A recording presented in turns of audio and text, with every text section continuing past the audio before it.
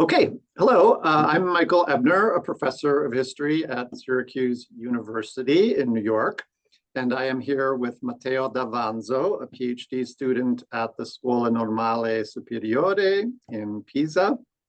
Davanzo is the winner of honorable mention in the Society for Italian Historical Studies Best Article Prize for 2024. His article, which was published in Contemporanea, is entitled Jews as Agents of Colonization, Italian Jewry, Carlo Alberto Viterbo, and the Ethiopian Jews. And the article looks at the role of Italian Jews in the colonization of Ethiopia in the years just after Mussolini's invasion, so around 1936, 1937. Davanzo has been the recipient of numerous prestigious fellowships in Germany, the United States, Israel, the UK, Ethiopia, and of course, Italy. I might be missing some places there, but you're well-traveled in your research. Wow. So in any case, welcome, Matteo, and it's nice to be here with you today. Thank you very much for this. Thank you to the Society for the honor. It's really a privilege, and also to have this discussion about the article to go in depth into it. So thank you very much. Yeah. So I thought we could start out today by talking about Carlo Alberto Viterbo, his background and his work, but also what you found interesting about him and why you decided to feature him in your article on this topic. Yeah, basically, when I started my fieldwork, my archival research in Israel, I came across with some sources on the Ethiopian Jews, and I was doing research at the Central Zionist Archives in Jerusalem, and I discovered that there was a Viterbo collection there, that it was comprised of papers, reports, but also photographs of the Ethiopian Jews.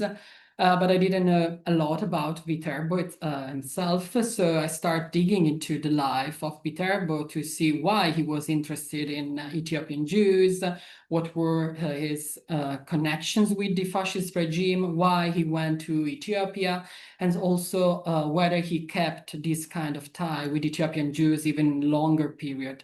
So Viterbo was interested in the Ethiopian Jews because he knew some of them already in the beginning of the 20th century, because when the Ethiopian Jews were kind of discovered, as we say, by the Orientalists, the French Orientalists, Joseph Alevi, and then later on by Jacques Feitlovich, these Orientalists were interested in providing the Ethiopian Jews some European education. So the best way for them was taking the Ethiopian Jews to Europe, to Florence, to Paris, to Frankfurt, to London, and also to Palestine, and introducing them to the Jewish world, because for them, the way they were practicing their Judaism was something really far from what they considered to be the modern Judaism. They were affected by this idea of regeneration, so this kind of Jewish enlightenment, that were called Ashkala, so that Jews, they had to be empowered in a way that they had to be good citizens, well-educated, and be involved in the society, knowing Latin, Greek, European languages. But Ethiopian Jews, of course, they didn't know that. They didn't have any kind of knowledge about the Talmud and other kind of Jewish traditions. And also they didn't know Hebrew. So they were practicing their customs in America, that was the Ethiopian national language. So some of them, especially one of them, that it was Tamrat Emanuel, were taken to Florence, where it was those years established rabbinical college. This college was led by an Ashkenazi Jew, that it was Shmuel Margulies, who was also the chief rabbi of Florence. And among the many students, Jewish students of Margulies, was Viterbo on one side and Tamrat Emanuel on the other. So they built this kind of friendship that lasted for almost their lives until 1963, when Tamrat Emanuel passed away in Tel Aviv. So he emigrated later on to Israel, and he passed away in 1963. And Viterbo always kind of kept an eye on Ethiopian Jewish situation, because those years, Feitlovich, Margulies, and some other Jews in Italy, they established a committee that it was called Comitato Pro Falasha, Falasha Committee, to help. And like what year would we be in? It was 1907 when okay. it was established. Yeah, some Jews, some Ethiopian Jews arrived in Florence. Some others, they were taken to Paris, and they work under the protection of the Alliance Israelite Universelle. Others, they went to Germany. But Italian Jews, they were particularly interested because Italy already was ruling Eritrea. So in a way, a place that had some boundaries with Ethiopia. So they were considered the best one to have some connections with the Italian authorities. Those times, they were not fascist authorities, but liberal Italy authorities. Yeah. And so in a way, for likely 10 years, 12 years, they helped the Ethiopian Jews by providing them money, textbooks, also religious stuff that they could have taken to Ethiopia. And also, this is something that worked up until 1920s, 1922, when in this picture they fit also the American Jews, that they had much more money. They were establishing another committee that maybe we can talk about later. Right. And so Viterbo was really interested in them. So he published a lot about the Ethiopian Jews. He studied Amharic. He wanted to know in detail what were their traditions, and occasionally also published some articles in Israel, that it was the weekly newspaper of the Italian Jews. And then when Italy invaded Ethiopia, so sovereign state, it was part of the League of Nations. We know the story of the invasion. Italian Jews, that they thought they could have played a role in this kind of colonization. They didn't. They considered they could have brought to the Ethiopian Jews something new, a new idea of Italy, a new way of thinking about the Italianization, because they had in their minds this kind of idea of empowerment of the Ethiopian Jews. So for them, the colonization could have brought to the Ethiopian Jews a way of modernizing them. So yeah, so the sort of chronology is this period of sort of around 1900 of kind of discovering the Ethiopian Jews, at least, you know, in Europe and the United States, in which Jewish communities from various places, right, in Europe, but also in the US, were interested in them, education, that kind of thing. But then it seems like the United States committee sort of became the most prominent, is that correct, into the 1920s. And then it's only the invasion of Ethiopia, when Ethiopia becomes an Italian colony, that this gives the opportunity for the Italian Jewish community to engage with them more directly, I guess. Is that the basic chronology? Yeah, of course. Yeah. Okay. Yeah, and also they could have a role in this kind of colonization process, because they were Italians, and we know that the fascist regimes didn't want to have foreigners involved in the activity of the regime. So preserving this kind of Italianità, so this kind of Italianization, even in something that later on became a very difficult situation for Jews under the fascist regime. But those times in 1936, 1937, when Viterbo was in Ethiopia, still the fascist authorities looked in a way favorably the involvement of the Italian Jews, and that's why also they wanted to establish a Jewish community in Addis Ababa to make and they asked Viterbo to make a census of the Jews in the colony, in the capital, and act on behalf of the fascist regime. Okay. I mean, considering this, okay, so this is 1936, so the Nuremberg laws have been passed 1935. Yeah. There's obviously official anti-Semitism in other countries. I mean, was this, for some Italian Jews, was this viewed as an opportunity to participate in the colonial project and sort of prove, you know, that they're part of this nation and empire building and things like that. Yeah, you're completely right. Yeah, they saw this kind of opportunity for more level of involvement in this kind of activity. So some Jews already they're enlisted in the Italian Fascist Party, the National Fascist Party. They consider this invasion as a very late coming colonial enterprise, as something that could have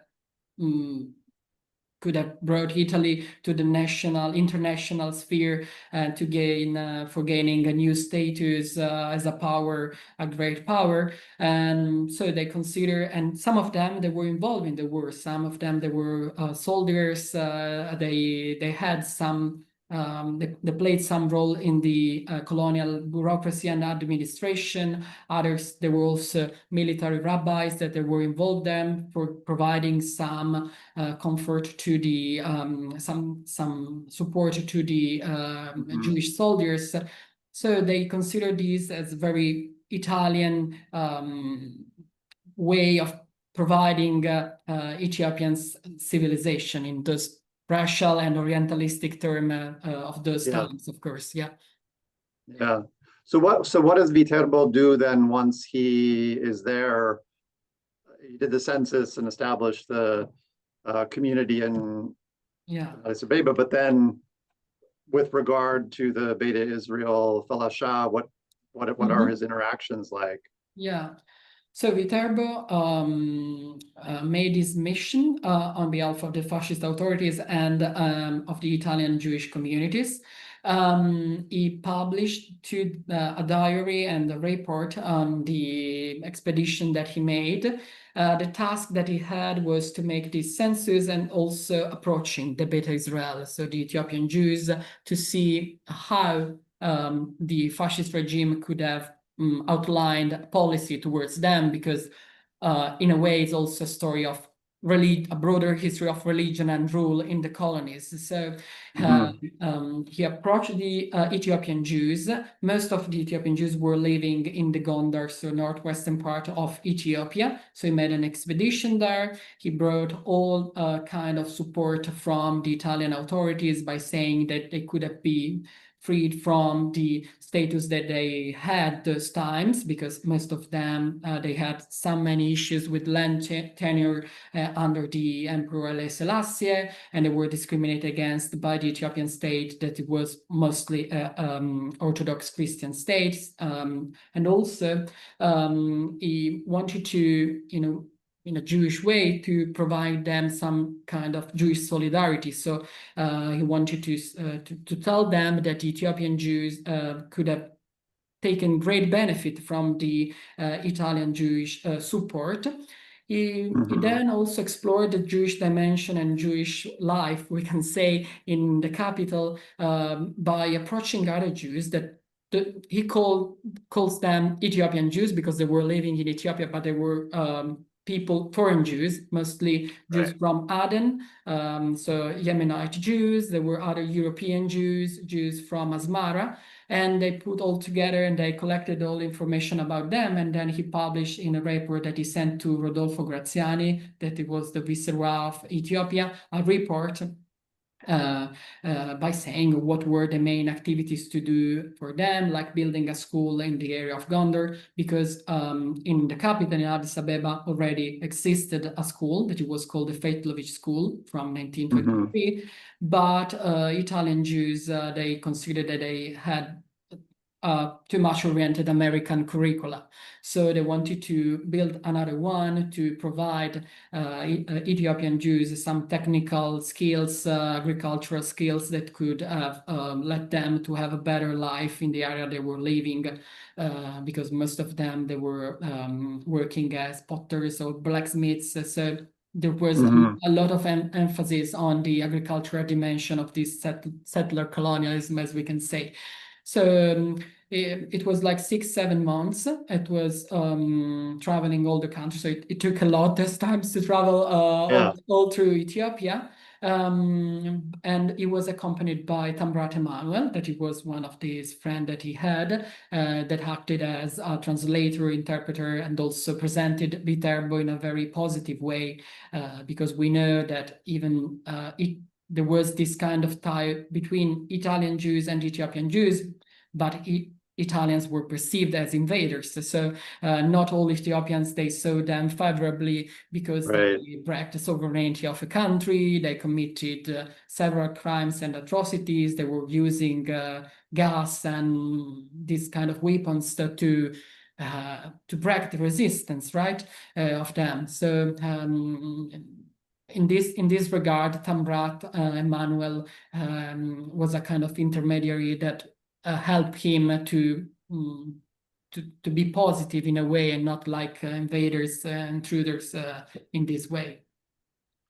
Do you have a sense of how the Beta Israel, viewed the Italian invasion, sort of in general? Did they look at the Italians as potentially liberating them in some ways, or was it a mix?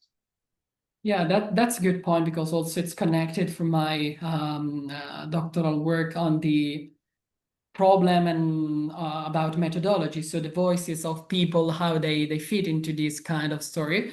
Most of the perspectives and the stories of the Beta Israel are recounted by Viterbo or Tambrat Emanuel. So we don't have direct voices. Right. So even those one, there were high witnesses then that they immigrated to the state of Israel. Nowadays, they're passed away almost. Some scholars like Summerfield and Emanuela Trevisan Semi, they collected their perspectives.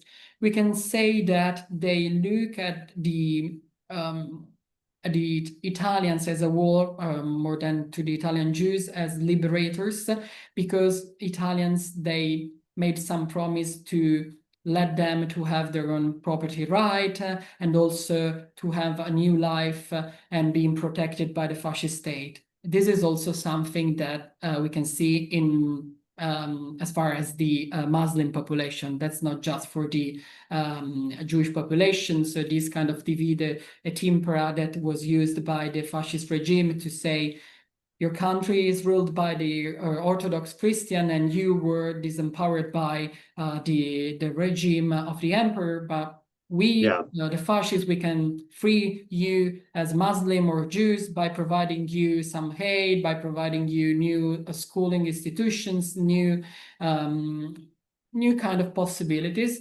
So there were some appeal that were made by the fascist, the Beta Israel authorities. That was a letter that was translated by Tambrat Emanuel and was provided to to Graziani and to other fascist authorities in the colonies. But it was a kind of biased source, because there were Italian Jews themselves, they were translating these and they were providing to these kind of authorities on how the Ethiopian Jews, they were really appreciating the new regime. But we don't have different sources to cross to see whether there were some differences among them. And also, if we look at the main Jewish voice of the Ethiopian Jews, the main native Jewish voice, that was Tambrat Emanuel, we know that he was a very well-educated part of elite of the Ethiopian Jews. So he considered himself much more than an European intellectual rather than an Ethiopian. So the way he dressed, the languages that he spoke. And then also after 1937, he was forced in exile because he didn't consider the fascist regime something positive for the country, because he grew up with the ideas of Mazzini and Garibaldi, so these the Risorgimento ideas, and he couldn't stay under a totalitarian regime. And then he went to other places in Egypt, in Aden, and then in Palestine. So we know that that's a problem about how they perceive the Jewish the fascist regime in the country. Yeah, that makes sense. I wonder, and you would probably know, but sort of after the the end of the Second World War and the fall of the regime, I mean, I wonder if the fall of Shah, I mean, if they were viewed in some way as having collaborated with the Italians, or was that, did it, I guess, worsen their situation to have been embraced by the Italian Jewish community? Yeah, I mean, it's very kind of diverse landscape of what Ethiopian Jews did. Some of them, as Tamrat Emanuel, they left and they went to other places, so they became kind of colonial refugees. Others, they were interpreters and they were translators, so they cooperated with the regime. Other, they stayed in their places and they faced some of the main brutal and violent acts of the fascist regime. So they were involved, like in the Graziani massacre. Some of Ethiopian Jews that were killed already in February 1937. So it was really a complex, kind of complex picture. Yeah. Yeah. Okay. So I suspect we've already done this, but could we sort of look at your larger work or your dissertation? I mean, my guess is we've already strayed into some of these areas with our conversation, but how does this piece about Viterbo and Beit Israel, and how does this fit into the larger project? Yeah, thank you. Yeah, so basically the research that I'm doing, that I'm about to finish to post my thesis, is about the relationship between Ethiopia and the Jews. So I'm not just focusing on the years of the Italian colonialism, but on a broader chronological framework from the 20s till the establishment of the State of Israel in 1948. So I decided to use this kind of chronological framework to see the interaction among the Jews of that time, especially European Jews, American Jews, and of course in the indigenous Jewish population. Finishing in 1948, because then there is a kind of another page of this story involving Israeli embassies, Israeli authorities. So the picture gets much more complicated. So in this kind of 20 years that started from the rise of the Emperor Haile Selassie rule, passing through the fascist rule from 1935 to 1941, and then going back to the Emperor Haile Selassie's rule, by traversing also the British occupation that ruled the country from 1941 formally until 1944, but also they kept a kind of interest in Ogaden region until 1947, if I'm not mistaken. So to see how these kind of institutional political frameworks, what status the Ethiopian Jews had under this kind of political institutional framework on one side. So that's the main line of research of my work. And the other one is also how Jews from Europe from 1933, so from the Hitler's rule and traversing all the Holocaust years, they look at Ethiopia as a place where they could have found refuge. So they approach the Emperor Haile Selassie, they approach the fascist authorities, and then they approach also the British occupiers to explain the reasons to find refuge in Ethiopia. There were individuals, there were committees, there were associations, and they asked directly to Mussolini or to the colonial secretary of the British or the Emperor Haile Selassie to give them a place where they could have been, they could have found some peaceful time before going to Palestine. That's something really important to remember, that they didn't want to establish a colony to stay there, but they look at Ethiopia as intermediate stop before going to Palestine. So those are the two main lines of research. Of course, I would say that generally speaking, people must be interested what was the condition of Ethiopian Jews under the fascist regime, also because fascist regime applied in 1937 some racial laws in the colonies, but later on in 1938 the anti-Semitic racial laws.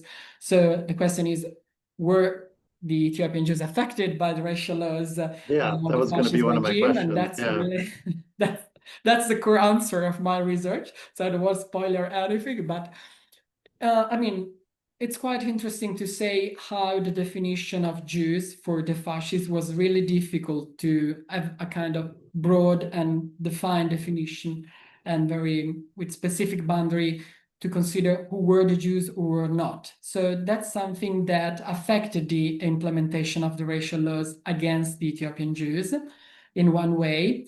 On the other, Ethiopian Jews, as having black skin, they suffered a kind of discrimination because they were like most of other colonial subjects. But in a way, their kind of peculiar status as Jews, that they were not really proper Jews for the Italian Jews. And on the other side, for the Italian authorities, affected their condition under the fascist regime in a way. The attitude towards them, I could say, it was generally speaking affected by indifference. So they were in a way not relevant as others they were, except for those that were involved in the guerrilla or in the anti-resistance activities or the intelligentsia of some of them, like Ambrate. So it's complicated because also when the British freed Ethiopia from the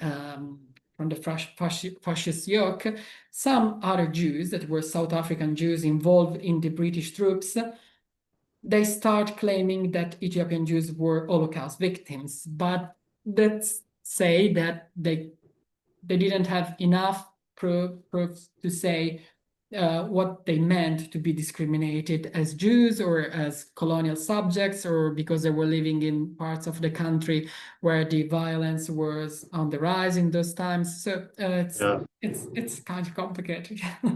Yeah, I mean, it also seems like, you know, for the fascist regime, I mean, in some ways, the anti-Semitic racial laws were aimed at Italy. Yeah. And not really aimed at the colonies, because the colonies already had laws about race and miscegenation, and the Falasha were colonial subjects anyway. They were already subordinate. So I mean, it makes sense, I guess, that there would be this kind of indifference to their status as Jews. Yeah, of course. If you look and in comparison with Italy, of course, the implementation of the racial laws had a different kind of consequences on them. If we look also on the status of Libyan Jews and Jews in Rhodes, so in other colonies, we see that the difference is I mean, the implementation of that racial attitude towards them changed over the years, especially from 1940, 1941, with the activity of the Second World War, and then also in the case of Rhodes, with the role of the Germans that they took control of Greece. So we know that it was different, but what the fascists did, those kind of census and the reports they collected, they were, at least in the case of Libya and the case of Rhodes, really helpful in a way, but to say for the Germans when they arrived, at least in the case of Greece. In the case of Libya also, it was a problem that some of the Jews in the country, they held a British passport. So they were foreigner in a way. They were taken to the Jado camp, and then they were sent to the occupied Polish lands. And then some of them, they came back, some others, they didn't. So it was a different story, because also it was based on different legal status that the Libyan Jews they had, but that Israel they didn't have any kind of specific citizenship or any kind of special status formally, I would say. Yeah, okay. Well, we're running out of time, but I thought I would ask one more question, which is then what happens to Carlo Alberto Viterbo sort of after the racial laws and in the war and all of that? Yeah, basically Viterbo, and that's we see already when he was doing the mission, was under surveillance by the fascist authorities, because he was not outspoken anti-fascist, but he was not considered to be really a strong ally of the fascist authorities. So, because also we have to bear in mind that Viterbo really acted since the 20s as one of the main Zionist leaders of the Italian Jewish community. So even though we know that fascist authorities, they had some link with the Zionists, with Jabotinsky and other people of the revision Zionist, Viterbo was under surveillance. With the implementation of the racial laws in 1938, at least until 1939, 1940, it was not affected by these racist laws. But in 1941, it was interned into the in Urbisaglia, in the Marche region, and then after 2 or 3 years, it was liberated. Then what he did, because he was a lawyer, primarily was a lawyer, he left his job as a lawyer and he completely devoted his life becoming a journalist in providing Jewish communities with a bollettino, so with kind of information spreading all communities the information of the Jews those times. And then he became the director of Israel, that newspaper that I was mentioning before, that he directed until 1974 when he passed away. And later on, after the Second World War, he kept some ties with Ethiopian Jews, so he had some correspondence with Amrat Emanuel that emigrated to the state of Israel in the 50s, along with Jack Feitlovich, that he was already there. He wanted to providing them with that help that could have given them before, but what he did was promoting a conference on all the association of the Ethiopian that were involved in the Ethiopian Jews activities in London in 1967. And then mostly he wanted to publish a handbook, a textbook on the history of Ethiopian Jews, but he couldn't because he passed away before doing that. So for those people that are interested in studying what he was doing, there are several papers and several sources available at the Central Zionist Archives in Jerusalem, and it could be really good to have a kind of critical edition of what he was doing and how a very kind of non-racist, non-Orientalist way he was approaching the history of Ethiopian Jews. So it was really interesting, the attitude that he had towards them. Yeah. Well, it's a very interesting topic. I think you and I could probably just keep talking about it for another hour or two. Yeah. But eventually we have to wrap up. But I think it really, it adds a new dimension, I think, to the story of the colonization of Ethiopia, the role of Jews within that, and with some of these categories about sort of perpetrator and victim and really, I think, complicates the story of the occupation in many ways. So it's a really fascinating topic. Thank you. Thank you very much. Yeah. Well, thank you so much for taking the time to talk to me, and I hope our paths cross again. Thank you very much, and thank you for this honor. Thank you to the society. Yeah. Okay. Bye-bye. Bye-bye.